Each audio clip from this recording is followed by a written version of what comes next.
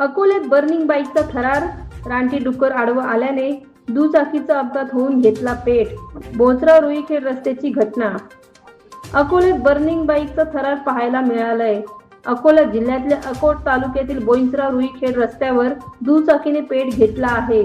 तर बघता बघता पूर्ण दुचाकी आगीच्या आटोक्यात आली होती.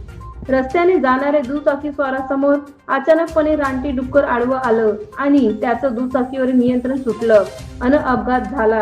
40 ते 50 फूट दुचाकी रस्त्यावर स्लिप होऊन घासत गेल्याने या घटनेत दुचाकी स्वार जखमी झाला असून यात अक्षरशः आगीत दुचाकी पूर्णत्व जळाली असून रात्री उशिरा ही घटना घडली आहे.